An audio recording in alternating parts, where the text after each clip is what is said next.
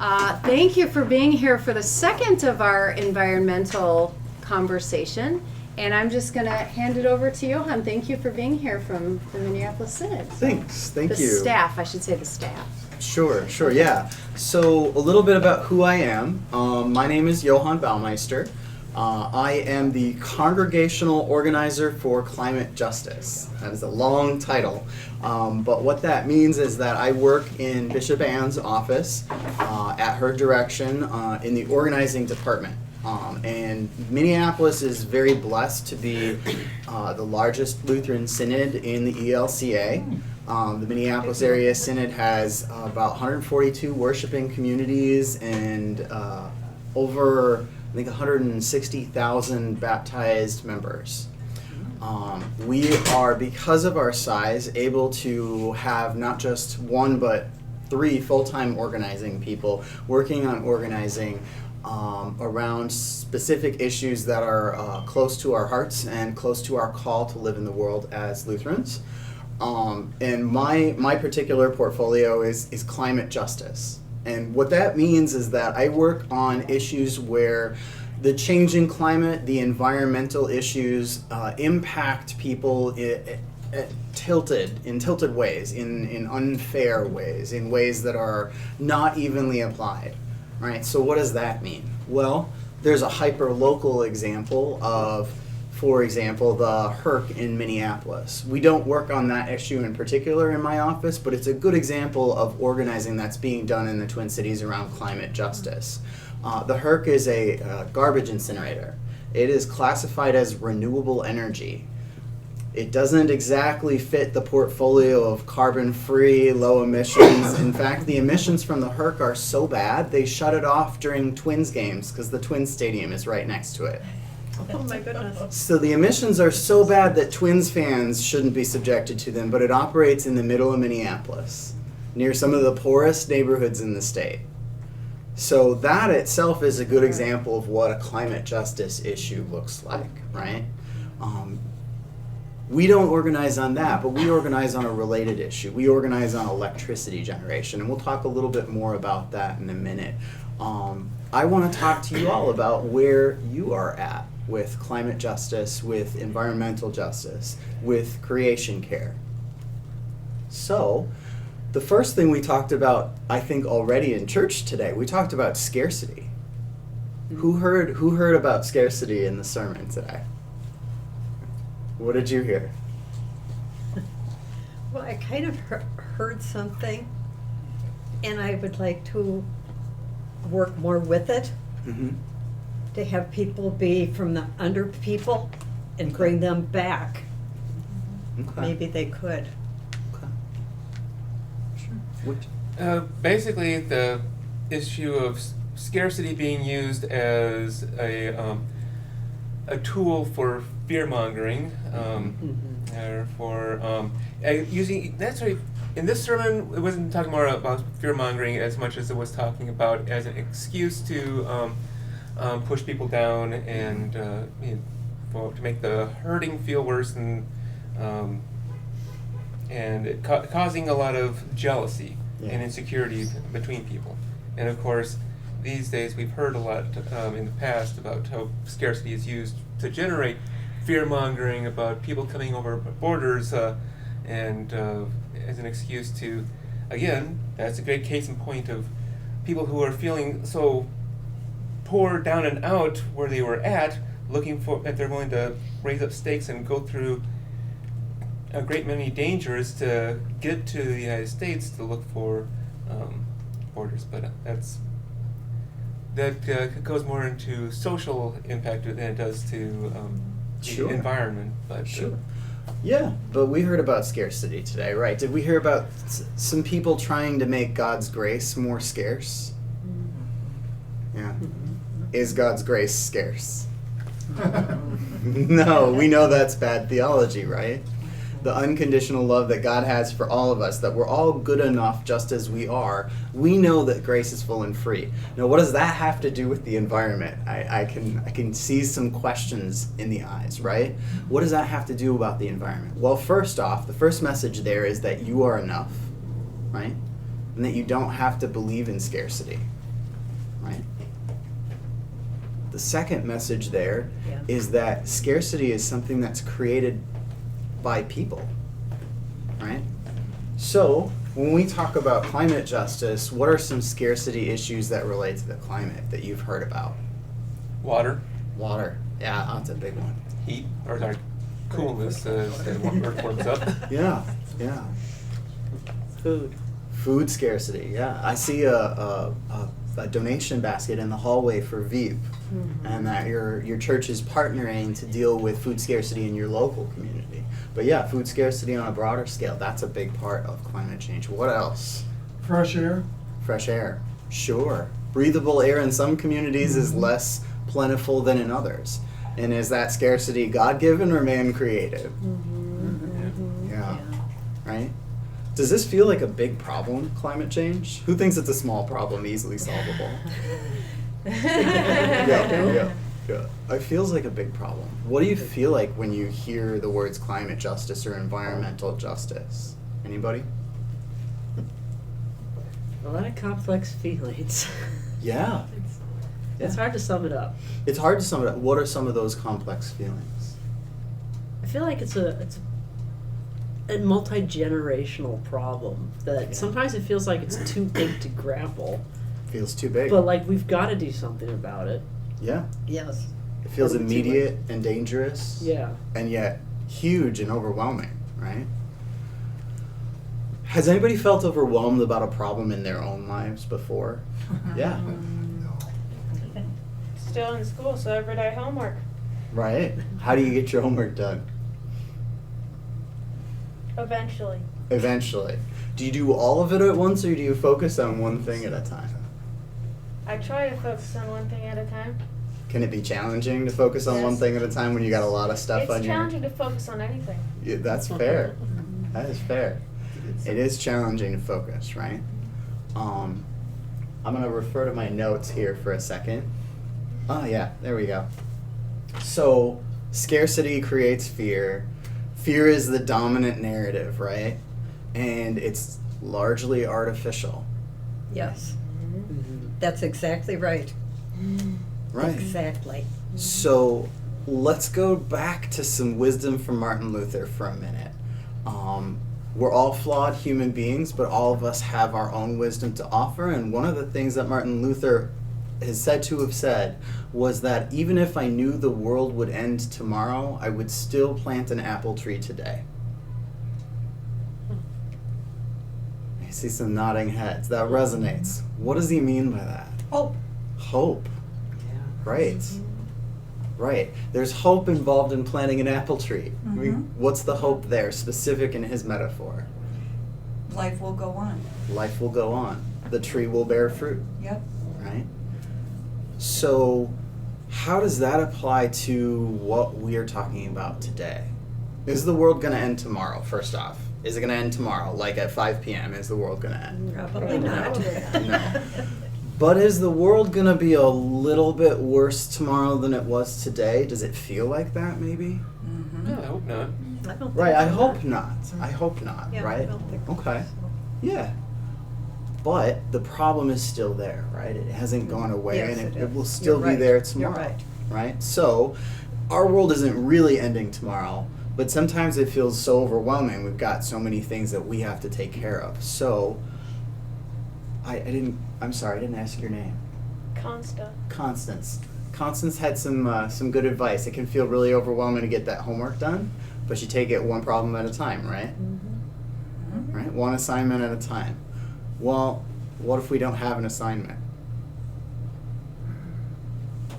Right? We have to go out and look for it. We have to go out and look for it. Do we have to go out to look for our assignments? Yes. We do. Okay. Could we look within for our assignments too? Right? So going within and without to find the work that we're called to do.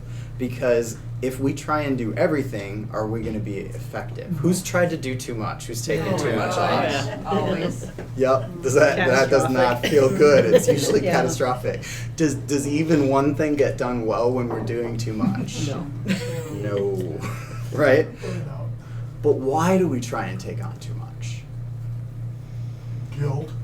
Ooh, guilt. Oh, Guilt, yeah. Guilt. Yeah. Over ambition. Right. Over ambition. Like, oh, I can do everything. Right. No, I can't. Nope. No, I can't. Over ambition. The desire to please both self and others, maybe. Right. Right. Yeah. Or simply a sense that you see something that needs to be done that you don't see anyone else taking on, and so Urgency. yeah. Urgency and emergency, right? That can be why we take on too much too, right? Planning a wedding, don't have enough, and the plans are not in place, and you're 5 days away, and the caterer is giving you problems, and you need to replace 3 people in the groom's party and 1 person in the bride's party, and they might not have the right dress, they might not even have the right colors for the groomsmen's ties. Not that this is from personal experience, but that feels like an emergency, right? Yeah. You just sent about 10 people into a panic. Right, right. That's a real visceral Yeah. panic, right? Well, that feels urgent, right? At the end of the day, though, the wedding's still going to be the wedding, regardless of who shows up, right? Yeah. So another part, Yeah. right, is learning the difference between a catastrophe and a nuisance, right? Nuisance. A nuisance is the groomsman not having the right color tie. A catastrophe is the church burning down the morning of the wedding. Right? And sometimes it feels like it's so hard to tell the difference because everything's happening all at once, right? So focus is really important, right? And when we're acting in community, sometimes it's really important to have that conversation about what our focus should be. And I would like us to spend some time today trying to figure that out. Okay? I don't want to tell you what to do because I am one person and there are 142 congregations in the Minneapolis Area Synod alone. I'm not going to grade a report card at the end of the day. I think we all know what's important to us though and what's a passion for us. And when we're working in areas that we're passionate about, that we have experience in, we can actually be much more effective focused in those areas than if we're trying to do everything at once. Right? That's exactly right. So what are the passions in this room that connect to climate justice, environmentalism, reduction of consumption? I have my grandfather, all his things, all draw from that. And it's from coming back and saying that, yeah, you have to help these people. You have to help. Mm-hmm. They don't know exactly how they can, Mm-hmm. but they'll try. Mm-hmm. So it's a passion to serve. Yes. Okay. I know somebody else in this room who isn't currently here has a passion for reusing or making garments reusable, right? What does that do for the environment? Less waste. Less waste, Waste. right? Yeah. Yeah. Less waste, more resources for the people who need to be shepherding their resources, right? Right? Because who wants to buy a $150 coat only to see it broken on the first time they use it, right? First time they wear it. So those small things, are they enough to save the world? No, No. Why do we do them? Because they help. because we're doing our Yeah. part to Yeah. make the world a better place Right. And why is that important? for our future generations. Why is that important to you in this moment? Because I like to see the world go on, Yeah. and I would like to make my contribution to Yeah. it. I tournament fish. I've been tournament fishing 30 years, Mm-hmm. and my big thing is lead. Mm-hmm. I want every tackle box to be lead free Yep. by the time my demise. It's not just the lead in the water, it's Mhm. all the things that come together with that. Right. The birds and the fish and the things that are dying because of this lead. My other thing is pesticides and herbicides, the runoff into waters. Those are unnecessary Mhm. nuisance Mhm. items Yeah. that really I would like to see go away Right. and be more naturalistic and bring in the bugs to feed the fish and Sure. those, that's my that's one of my biggest passions, is just litter, and they're things that we have control of, Yeah. and we need to educate Right. those who don't. Well, you found your apple trees, it sounds like. You found the apple trees that you want to plant, right? Mhm. So do you have a way to educate people that you engage in now? A little bit is just kind of social media. I don't personally. I used to take. I used to set up children's fishing events and provide for them fishing poles and small tackle boxes Sure. with those items in it, and explain to them the importance of keeping our waterways clean. Mm-hmm. And so I'm more that type. Yeah. Like Buffalo has Buffalo Days. Well, we go there, and I always help with the children. And last year there was over 700 kids Wow. that came to fish off that dock, and I was able to. We were able to talk to 700 up and coming children about lead-based paint or lead-based products. Fishing equipment. Yeah. That's- So Yeah. getting it out there, and then Yeah. somebody else sharing that information, word of mouth is Yeah. huge. Yeah. Can I use you as a case study for something I want to talk about next? Mm-hmm. Okay. Whether you're acting individually or acting as a group, what do you need to do before you act? Very first thing. Educate Plan. yourself. Plan. Yeah, and that does involve education, you're right. Planning. How do you plan for success? First thing you need. Knowledge, I would think. Yeah. Yeah. Yeah. You need to educate yourself, right? And then once you know what the problem is, what do you need? You need to think on how you can fix that problem and get the materials to do so. A solution and how to fix it. That sounds to me like a goal, right? Does anybody know what SMART goals are? Attainable. Yeah. Ooh, yeah. Good job. Simple, Specific, measurable, Measurable, attainable. It's an acronym. relevant, Relevant. and timely. There you Yeah. go. Almost. That's okay. It's a hard acronym to learn. I come to that with a little bit of a cheat. My previous jobs were in mental health, and I am what you call a certified peer specialist in the mental health field. I left that work for some very good reasons to do this work, but I take with me the experience from that work and from my own recovery. And SMART goal setting is a really effective tool for people who are struggling to improve their own lives. It's also a really effective tool in the business world because the business community shamelessly co-opted SMART goal setting from the mental health community. And honestly, it's fine. Is also really helpful when we're talking about the world and our climate and our community's recovery, right? Because we need to set goals in order for our focused action to be effective. It is admirable to have the Veep donation box in the hallway, and I don't mean to criticize. Is there a SMART goal that the church has about that donation box? Okay. That's okay. I think so. That's okay. It's still an opportunity to do something, to give back, right? And if we don't do everything perfectly, are we bad people? No. No. Right. Awesome. But could there be a SMART goal for your relationship with Veep? Mhm. What might that goal be? Mm. Right? It would be a goal first off instead of just, well, there's a box there, Yeah. Well, our goal is to have X amount or something, and then go along with the other parts of that. Yeah. Yeah. More or less Yeah. what we do with every meal. Right. Yeah.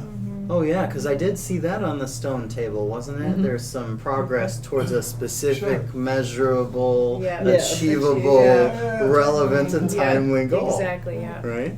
Right. So when we're thinking about what to do as a group or as individuals, sometimes it's helpful to think about what we're already doing that we can do smarter. Mm. Right? What are we already doing here, that we appreciate, that we are enthusiastic about?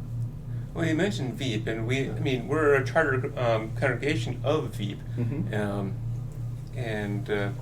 but we do some drives for Veep. Mhm. So that box there is just for the continual cycle, but then we have like coat donation drives Mhm. and backpack or school supply drives. Feed that my are starving children. Feed my starving children. Another congregation, another thing that we are Yeah. enthusiastic about, where we have goals of trying to get X number of people signed up to go to an FMSC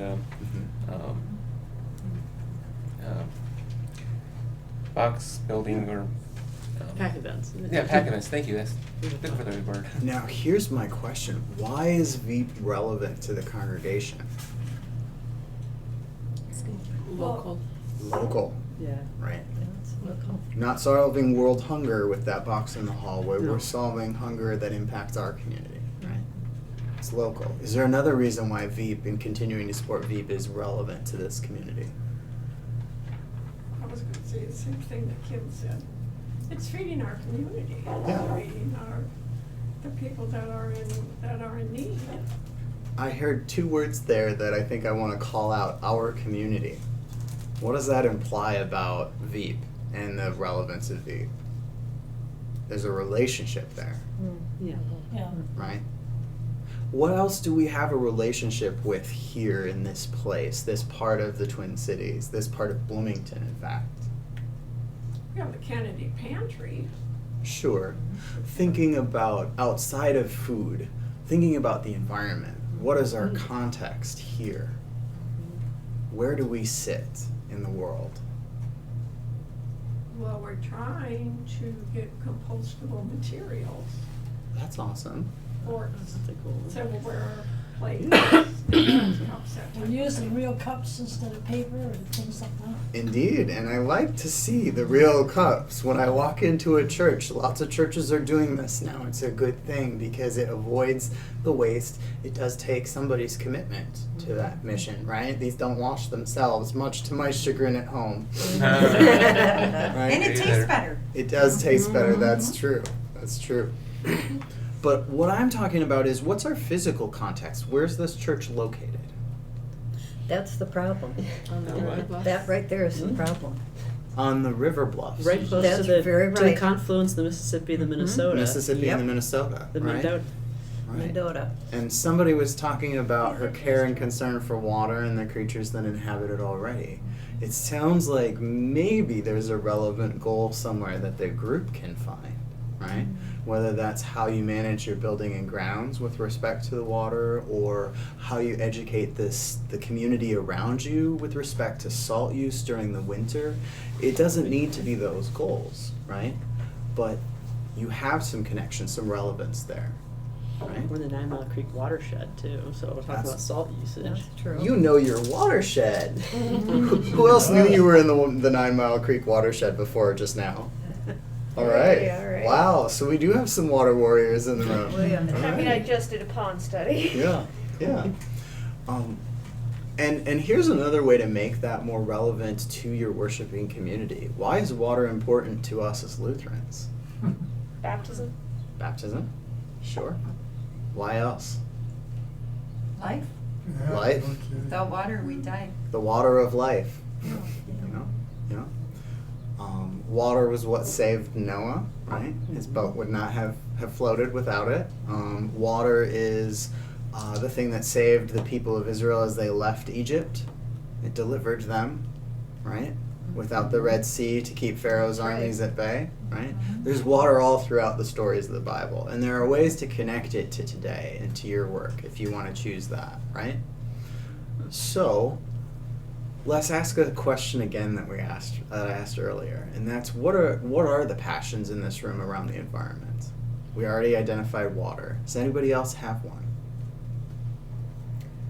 I do, and I do really care about the ground and the animals that live, and making sure that we have. I'm kind of with you on pesticides and things like that, but that we have from little grubs to bugs to butterflies and bees to the squirrels and the rabbits. There's a whole ecosystem of life that's happening Yes, there that is. we are a part of, and making sure that the ground and like that this continues. So for me personally, I really appreciate that my husband, I'm going to say he's done all of the work, but he's slowly taking more of our yard to be native plants. And we also do what we can to investigate which animals live on our property and try to see if we can care for the animals on our property as well. So, yeah, not wanting to be dominators that destroy the nuisances of animals and then wonder why there's no bees left or something, but actually like bringing the bees back, attracting the bees, attracting the butterflies, making sure they have a safe, clean, healthy place to live. So. Does anybody know approximately what percentage of Minnesota's native pollinators are currently threatened? Oh, it's huge. It's gotta be a lot I of them. remember. Most of them? It was a lot. To my memory, it was about 85%. Yep. In our society, we do some things based on social norms, right? So recently I decided that I was gonna mow around the patches of blossoming, well, I guess some would call them weeds, blossoming plants in my yard. And as long as they were still blossoming, I would not mow them over. My neighbor mowed my yard for me as a result. Oh, wow. Because I did not tell him what I was doing, right? Right? So I was trying to do something good, and so was my neighbor, right?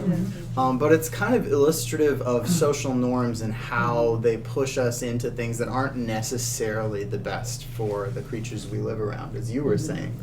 One of the strangest things to me is how we take all of this ground cover and natural fertilizer, we rake it up, we put it in paper bags, we expend gasoline to have it shipped off, and then it composts and doesn't really come back to the place it left, right?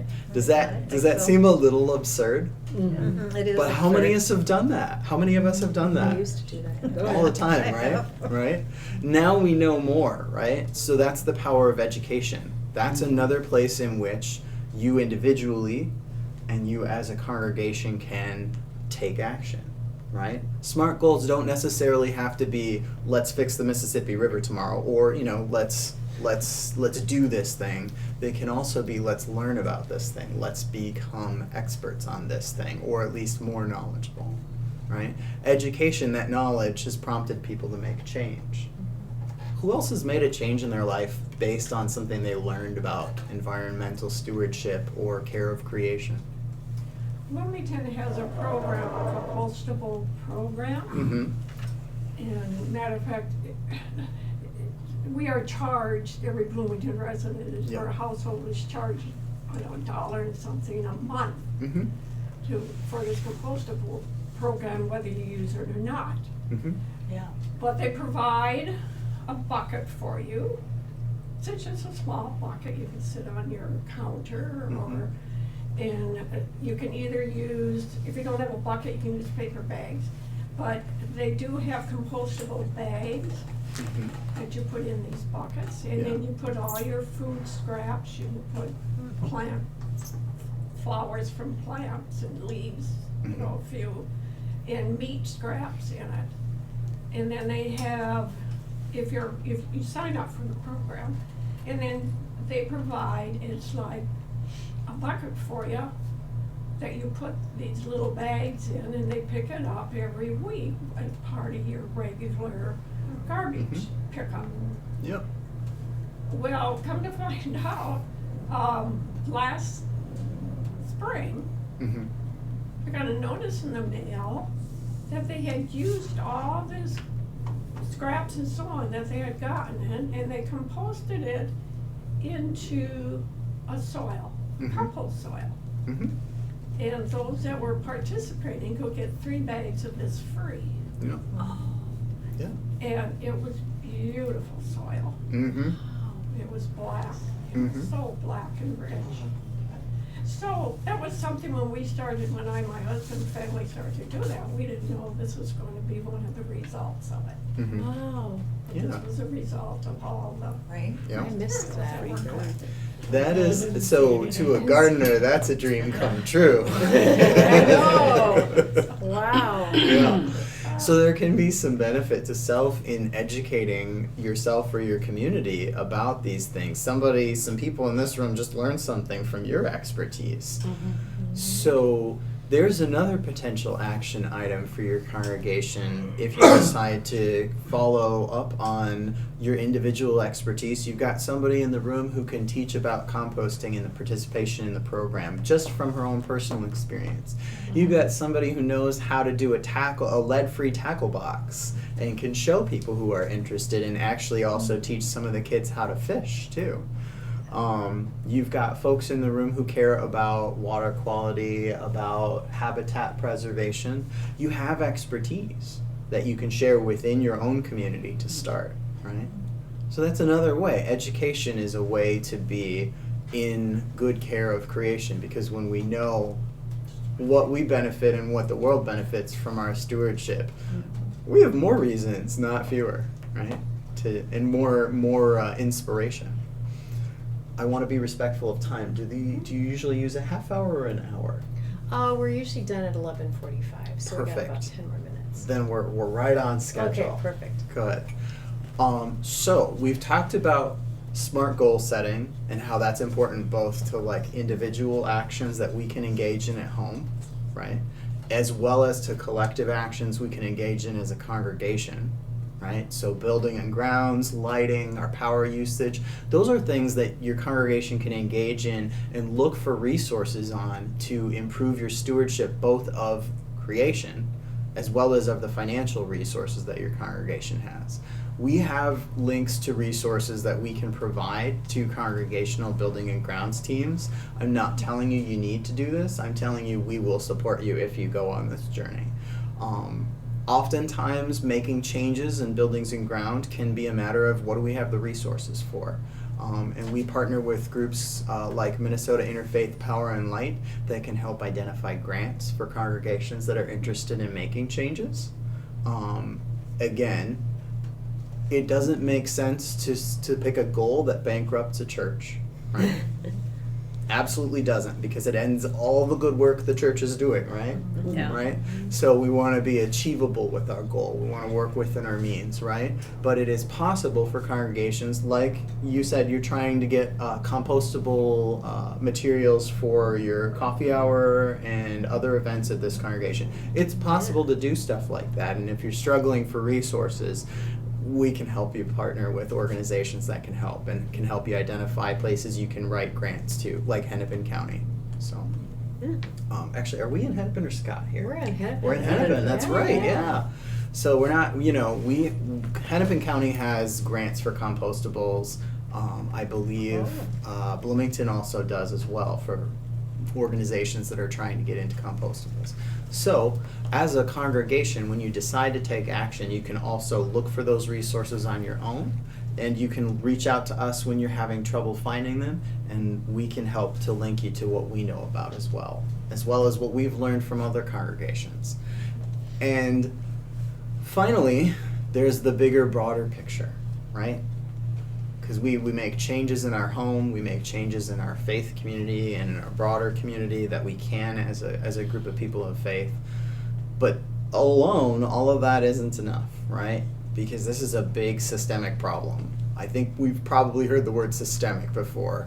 What does that mean? What does it mean when a problem is systemic? It affects the whole system, and the whole system is part of the cause. Yeah. So, it pervades the systems by which we live, right? So, I drove here in a gasoline-powered car. I don't own an EV. I'm not a vegan because I wasn't raised to be one, and it's unusual for me, and making that change is just a little bit more comfortable than I can grow into, right? Those are systemic issues that have impacted me personally, right? Because We have a system that prioritized fossil fuel extraction and rubber tire manufacture and internal combustion engine manufacture. I drive a gasoline-powered car because electric vehicles are not cheap enough for me to afford, right? We're getting there. We're getting there. But we're getting there because we applied pressure against the system, right? We were countercultural. Right. We argued against the narrative of scarcity. How did we do that? How did we do that? Well, lots of different groups across the country organize on various issues, right? About 12 years ago, I was part of a group called Minnesotans United for All Families, and we organized on the issue of marriage equality. I am married today to my husband and have been for coming up on 6 years, right? Congratulations. That is because not just me, but many, many other people, and thank you, many, many other people organized on behalf of me and my issue, right? Do we have enough people in here to organize to change an issue on a statewide level? No. No. Do we have enough people in here to organize to change an issue on a citywide level? Maybe. We have Possibly. people to get things started anyway. Right. So if you decide in your group and at your congregation that there is a water issue that can be addressed by the city council, you might actually be able to attack that. You might actually be able to address that. Fortunately, you also have a synod that has an eco-faith network. Do you think the eco-faith network is big enough to start organizing on issues at a statewide level? It might be. It might be, and we're trying. So we will have opportunities. As long as we can stay in connection with you, we will have opportunities we can offer. Where that organizing, we can invite you in to be a part of that work. Together, we can make some changes. One of the changes that we are really focusing on is changing how our electricity is delivered and consumed. Electrical generation and consumption are responsible for a lot of carbon emissions, but let me plant the seed of hope. For the first time in Minnesota, 2 years in a row, more than 50% of our power has come from non-carbon generating sources. Who knew that before today? I didn't. Actually did I hear looked it about up that. recently. All right. I was Are you really talking chuffed about to read that. nuclear? Yeah. So nuclear takes a part, but also wind energy. Yes. Wind energy. There's a ridge in western Minnesota called Buffalo Ridge. It's a 100th mile long formation. It has some of the best wind, the most regular and consistent wind in the state. And that Buffalo Ridge is home to so many wind farms. If you ever drive out that way, you'll see them. You'll know when you're near Buffalo Ridge. Iowa, North Dakota, South Dakota have more solar now than they ever have before. They have more wind power now than they ever have before. We are approaching a point where renewable energy will outpace installations. Actually, sorry, I should correct myself. We have exceeded the point where renewable energy installations outpace the installations of new fossil fuel power plants, right? So the trajectory is changing, right? But we have to make sure that the trajectory is changing enough and that that power doesn't get sucked into inefficient use, right? Because that renewable energy right now, because of the way that we've artificially constructed the grid, right? It's still scarce. We don't have enough, right? We want to use it well, and we want to make sure that right now that 45% of carbon emitting energy, that we lessen that. And one of the ways we do that is by policies that reduce peak usage, right? The way the power system works, the way utilities work, is that there are generating utilities, there are consuming utilities, and there are utilities that do both. Xcel does both, right? But on a really hot day in Minnesota, say in October, when they weren't planning for the heat that we got, there might be more air conditioners running than they have power plants online for. So what do they have to do? They either have to buy power from somebody who's got excess power. Well, it was pretty hot across the country, so maybe they'll have to turn on a power plant. What power plants can turn on quickly and turn off quickly? Carbon-based ones, coal. Yep. Fire up a gas plant. Coal and natural gas. Correct. Coal is still there. Really? There are fewer coal plants than ever, and its share of power generation is shrinking. But natural gas also still generates byproducts, including carbon dioxide, right? So the dirtiest power we get is peak power. So we work on policies at our level. We work on advocating for policies that encourage reduction of power use through energy efficiency, right? Has anybody ever tried to make their house more energy efficient? Yeah. Yes. Sure. Yeah. Insulation, changing the bulbs out, and Yeah. There's resources out there for folks, grants, tax credits, things like that, especially with the Inflation Reduction Act that was just passed. There are resources out there for individuals to make that action. In order to get those resources, large groups of individuals have to act to ask for these bills. And the Eco-Faith Network was part of such a coalition. We were part of such a coalition, we've been part of such a coalition for a while, and last year our biggest victory was the 100% bill. Does anybody know about that bill? Is that the bill that wants to be 100% carbon neutral by, was it 2040? Minnesota's power generation needs to be 100% carbon free by 2040. That is now law. So any utility supplying power anywhere in Minnesota has to get 100% of it from renewable or non-carbon resources. And we know that this is possible to get to this goal. It's also among the most aggressive goals in the country. We know it's possible to get to this goal because we're already over halfway there, right? Yeah. That last half's going to be harder. So Yeah. we are working to make sure that we build on that victory, that the coalition that we were a part of, and that the hundreds of Lutherans that showed up at the Capitol to lobby for that effort, that our work is sustained. So this year we're advocating for some more legislation. We'll see if it gets to that point, but I want to invite all of you to be part of our Eco-Faith Network, be advocates with us, and to be open to opportunities to advocate as a large group when we are able to share them with you. The way in which I'd like to invite you to do that is if you have a phone with you, and I can help you with this if you have trouble with it, but if you have a phone with you, you can sign up to be part of our Eco-Faith list. You'll get a regular newsletter about one every month or so with personal tips or congregational tips on how to be better in relation with creation, as well as opportunities when we have them available to be a part of Eco-Faith Network events and advocacy opportunities. So you're going to go to the following link on your phone. It's a bit.ly link, so if you know what bit.ly is, type that in first. But bit.ly is bit.ly. Okay? bit.ly/EFN. Okay? If you have trouble with the link, let me know. That'll bring up the sign-in sheet form. We try and avoid using paper where possible. I know that I'm going to probably need to use paper for these because I've gotten some feedback about that this is not the easiest thing for everybody. If you have challenges with it, let me know. Otherwise, I really want to thank you all for your time and strongly encourage you to follow up on this conversation by building your own SMART goals for yourselves and for your congregation. Awesome. Thank you so much. Yeah.